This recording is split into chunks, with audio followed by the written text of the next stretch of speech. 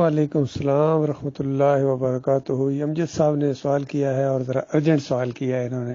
اللہ تعالیٰ خوش رکھے ان کو۔ شب برات کے حوالے سے کہ اس کا روزہ ہے یا نہیں ہے۔ اس کا جو روزہ رکھے گا یا رات کو نفل پڑے گا وہ خالص بدعتی ہے۔ بدعت ہر اس عمل کو کہتے ہیں جو نبی علیہ السلام اور صحابہ کر سکتے تھے لیکن نہیں کیا ہے، اور آج اگر اس عمل کو کوئی ثواب سمجھ کے کرتا ہے تو وہ بدعت کرتا ہے، اور ہر بدعت گمراہی ہے، اور ہر گمراہی کا جو ٹھکانہ ہے نا وہ جہنم ہے۔ نبی علیہ السلام نے دوسری روایت میں فرمایا کہ وہ عمل جو ہم نے نہیں کیا ہے اگر کوئی کرتا ہے تو وہ عمل مردود ہے، یعنی جو نبی علیہ السلام نے نہیں کیا ہے یا نبی علیہ السلام نے نہیں کہا ہے، کوئی بندہ اپنی طرف سے ثواب سمجھ کے کرتا ہے تو وہ عمل مردود ہے، یعنی رد کر دیا جاتا ہے، اس کے منہ پر مارا جاتا ہے۔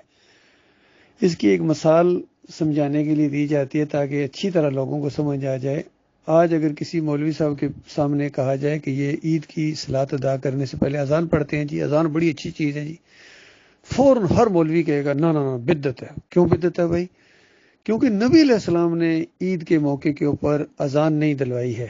صحابہ کرام نے عید سے پہلے، عید کی صلاۃ سے پہلے نہ اذان ہے اور نہ اقامت ہے۔ تو آج اگر کوئی اقامت یا وہ اذان دے گا یا نفل پڑھے گا، جس طرح عید سے پہلے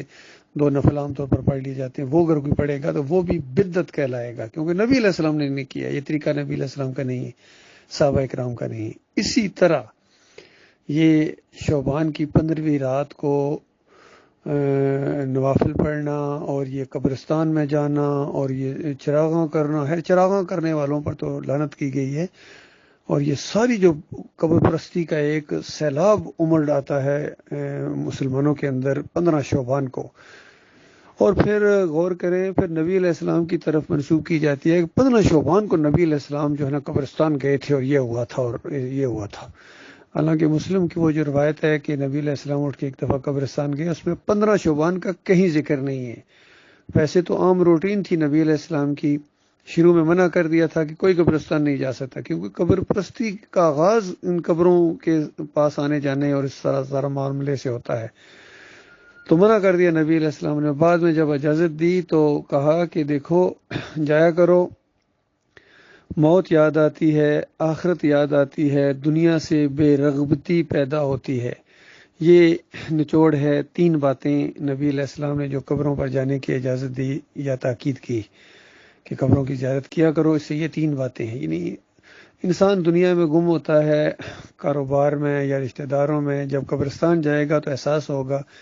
کہ یہ ہمارے رشتہ دار تھے، ہمارے دوسرے لوگ تھے، علاقے کے لوگ تھے، مر گئے، ہم نے بھی ادھر ہی آنا ہے، تو کتنے دن اور جیتے ہیں۔ لہذا خوف طاری ہوتا ہے، کسی کے ساتھ بندہ زیادتی نہیں کرتا ہے، اعمال اپنے ٹھیک کرنے کی کوشش کرتا ہے۔ تو یہ ہے قبرستان جانے کا مقصد۔ باقی آج کل تو قبرستان یہ جاتے ہیں جتنے لوگ، خاص کر 15 شعبان کو یا اس سے چند دن پہلے، یہ تو قبریں پکی کرتے ہیں، وہاں روغن کرتے ہیں، وہاں سجاتے ہیں ان کو، اور مقابلہ ہوتا ہے، پھر اس کے بعد شربت بانٹتے ہیں، 10 محرم کو بھی جاتے ہیں، وہاں بھی یہ سب کچھ کرتے ہیں، چراغاں کرتے ہیں۔ تو یہ تو بالکل شرکی اعمال ہیں بھائی، یہ بالکل نبی علیہ السلام اور صحابہ کے دور میں اس چیز کا تصور تک نہیں تھا۔ لہٰذا اس رات کو جو نوافل پڑھتا ہے یا روزہ رکھتا ہے اگلے دن، وہ بالکل بدعتی ہے۔ اور ویسے بھی 15 شعبان کے بعد نفلی روزے رکھنے سے بھی نبی علیہ السلام نے منع کیا ہے، تاکہ ذرا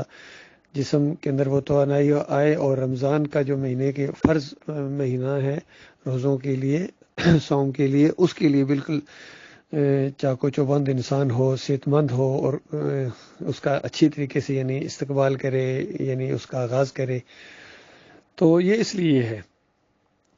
تو یہ معاملہ میرے بھائی، ابھی ایک چھوٹی سی تحریر میں آپ کو بھیج دوں گا، اس میں ساری وہ چیزیں ہیں۔ اور مزے کی بات یہ ہے کہ یہ جو لوگ 15 شعبان کو اگر آپ اخبار اٹھائیں یا کوئی ان کے بیانات سنیں مولویوں کے، تو ساری وہی حدیثیں یا تو بیان کرے گا یا آیات بیان کرے گا جو لیلۃ القدر کے لیے آئی ہیں، اور لیلۃ القدر رمضان کے اندر ہے، اور رمضان کے آخری عشرے میں ہے، اور آخری عشرے کی طاق راتوں میں، اس طرح بریکٹ کے اندر بریکٹ لگا کے اللہ تعالیٰ نے ایمانداروں کے لیے سہولت کی اور ان کو رغبت بھی دلائی اور ان کے لیے آسانی کی ایمانداروں کے لیے، تاکہ اس رات کی عبادت ان کے لیے آسان ہو سکے۔ اور جس خوش نصیب کے حصے میں لیلۃ القدر کی رات کو عبادت کرنے کا موقع مل گیا، اللہ کا ذکر کرنے کا موقع مل گیا، یہ 1000 مہینوں سے زیادہ بہتر ہے۔ اور سورہ الدخان کے اندر اس کو لیلۃ المبارکہ کہا گیا ہے، یعنی برکت والی رات،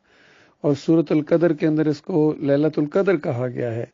قدر والی رات۔ تو ایک ہی رات کے یہ دونوں نام ہیں، اور ان دونوں ناموں کے اندر ایک ہی رات کا ذکر کیا گیا ہے۔ اور اس رات کو جو معاملات کے فیصلے ہوتے ہیں، یعنی ویسے تو تقدیر لکھی جا چکی ہے، اب آہستہ آہستہ جو معاملات آگے آتے ہیں، اس طریقے سے اللہ تعالیٰ نے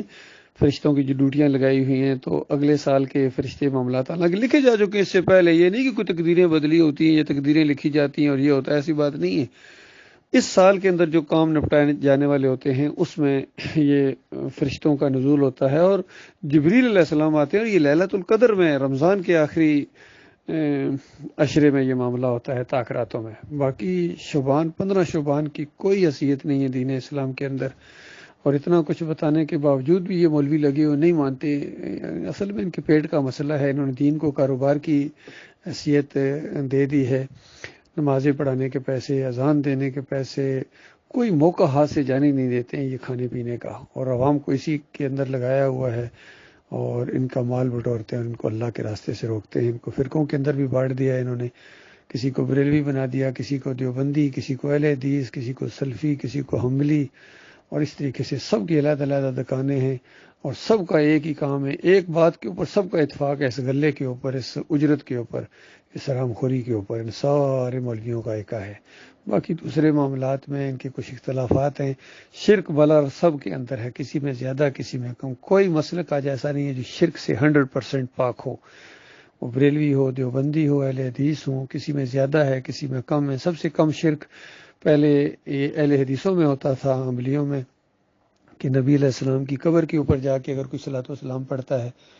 تو نبی علیہ السلام اس وقت روح واپس آ جاتی ہے، سنتے ہیں، جواب دیتے ہیں، اور دور سے اگر کوئی پڑھتا ہے تو پیش کیا جاتا ہے فرشتوں کے لیے۔ دونوں منکر روایتیں، دونوں بے ایمان روایتیں ہیں، اور نبی علیہ السلام کے اوپر الزام ہے کہ نبی علیہ السلام نے یہ فرمایا، کبھی نبی علیہ السلام نے یہ نہیں فرمایا، بالکل جھوٹی باتیں ہیں۔ بلکہ نبی علیہ السلام نے صحیح روایتوں میں یہ فرمایا کہ پیر اور جمعرات کو میں روزہ رکھتا ہوں، صائم ہوتا ہوں، اس وجہ سے کہ پیر اور جمعرات کو انسانوں کے اعمال اللہ کے ہاں پیش ہوتے ہیں، اور میں چاہتا ہوں کہ میرے اعمال جب اللہ کے ہاں پیش ہوں تو میں روزے سے ہوں۔ صحیح روایت تو یہ ہے کہ انسانوں کے اعمال کیا، نبی علیہ السلام کے اعمال بھی، یعنی وہ بھی انسان ہیں، بشر ہیں،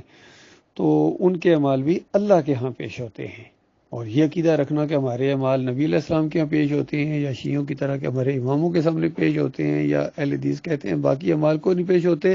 صرف یہ درود جو ہم پڑھتے ہیں اللہم صلی علی محمد یہ پیش ہوتا ہے، یہ بالکل کفری عقیدہ ہے،